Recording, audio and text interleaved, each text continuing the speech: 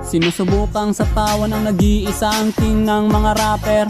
Kaso lahat ay bumagsak, palpak, wasak, trippings, no counter. May ibang sumasabay pero talagang mahirap matalo. Dami nang sumasakay pero ako lang ang nakaupo sa trono.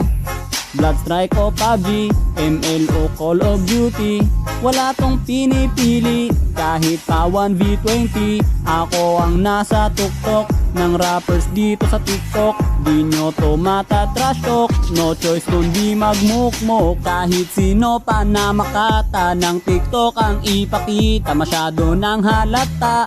Lahat yan malalata, wala nang dapat pang masabi. Hinahamon ko si Almighty, anong masasabi mo boy? Rap battle tayo, unggoy.